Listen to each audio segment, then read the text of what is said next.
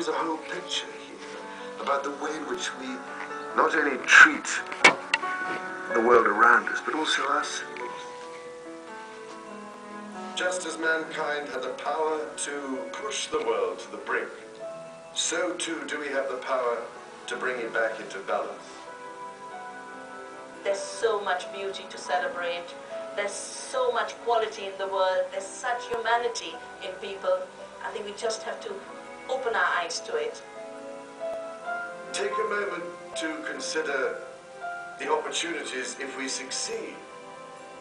Imagine a healthier, safer, and more sustainable, economically robust world. Living green really doesn't take a whole lot. It just takes a little bit of respect for what Mother Nature provides for you, and not to destroy, not take more than what you really need, you know? Deep down, I suspect, there are many who feel uneasy, they feel anxious, they can't see how the future's going to work out. They worry about their children, their grandchildren's future, but they feel powerless to do anything about it. How can you actually provide a genuine and believable alternative that actually would enhance people's lives and allow the sense of meaning and belonging to reappear? We can do this. We can do this, but I don't think we can do it alone. All I want to do with this is try to strike a chord in people's hearts, because I know it's theirs. And when they discover it, it revolutionizes life, I think.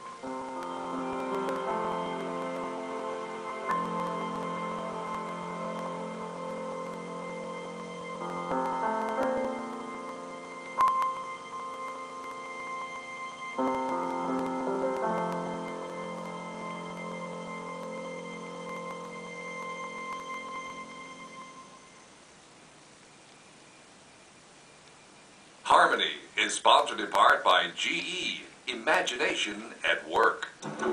In the past, landing an airplane was complicated with a series of stepped altitude changes. Okay.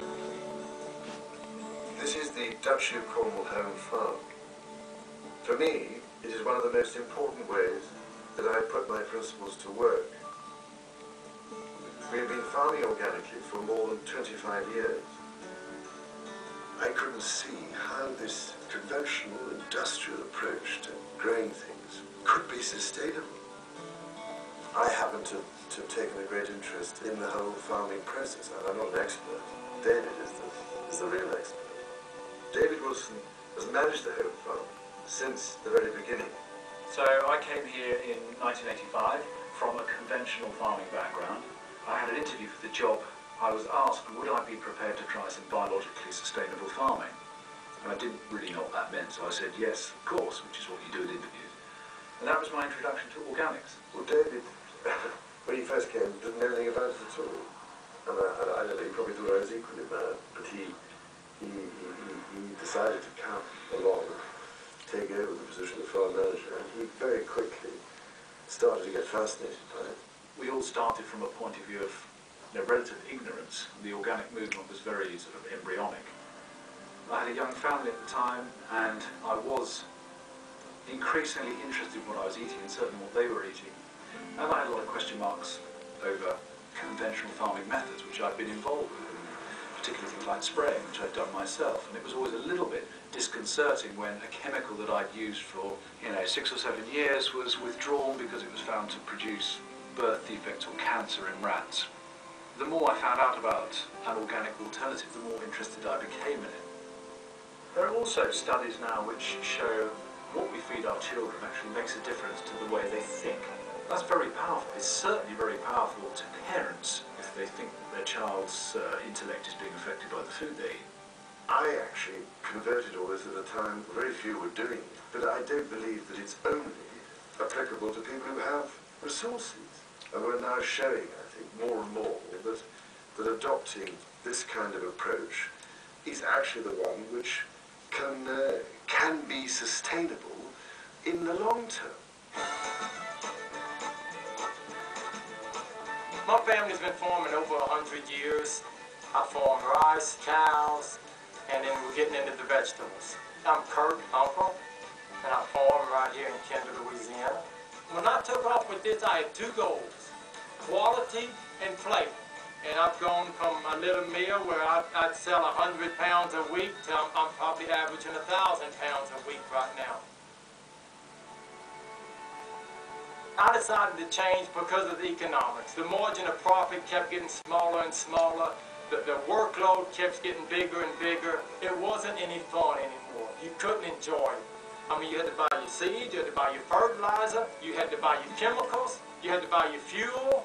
And then over the years, it got to where you'd plant ryegrass, and if you didn't put the fertilizer on it, it would die. It was like all this land was getting dependent. It was getting like addicted to this stuff. So I started looking in the organic stuff, but a lot of times I was told there was no market, and it was hard to do. And they were perfectly right 15 years ago. The whole conventional approach to farming was simply not sustainable, durable in the long term, because it didn't give back to nature what it took away. It takes something like 5 tons of fossil fuel to make a ton of fertilizer. On top of that, it uses something like 37 tons of water to make each ton of fertilizer. We cannot use it in the extravagant way that we've done. Indeed, industrial agriculture accounts for an estimated 14% of the CO2 emissions that contribute to global warming.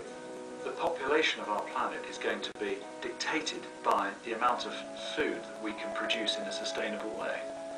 You know, that's the only way we can live our lives in the future. If it's not sustainable, it can't go on. I think technology comes with a price to the food, the land, the planet, and the customer. Because if that technology is not putting the nutritional levels back where they need to be in these crops, you're not going to have that harmony, I don't think.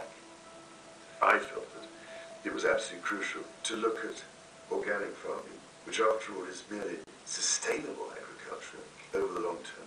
It actually bothers about the health of the soil, and it seems to me we are intimately connected, our health, to the health of the soil. The healthy soil makes a healthy plant, which makes healthy food, which makes a healthy community. Nature is free. It just may be a little slower. It may take a little more time, but once it starts giving back, you're never out here. This sustainable, organic, is becoming profitable. I guess the biggest response I get is people that just want to be able to talk to the farmer and be able to talk to the one that actually grew it, and it can tell you what they did. You can see now that the families, the younger people come into these markets with their kids, and it's important to them that their kids get good, fresh grown, healthy food. When you eat the flavor off of this stuff that's grown, it sells. Now, a person in the city could do this. I mean, you can have container gardens. It can be 2 by 2 square. Put 2 tomato plants in it. Next year, put 2 something else, and rotate it around and watch it. If you didn't even harvest it, if you just grew it to watch it bloom and flower, you'll get something out of it. But then you never have to worry about doing anything wrong, because they're not going to ever talk back to you and fuss at you or anything. It just, they'll tell you if you do things wrong, they won't grow as good as when you do things wrong, the plants won't grow as good. This still gives me a great deal of satisfaction. I think just the smell is so wonderful, isn't it? The first thing is with an organic carrot is it does taste different, and it's something that everybody can connect with. I mean, you taste it, one of these carrots, and it's bursting with flavour. The dirt on it's the best thing. Do you think me and the French went to school together, but we didn't?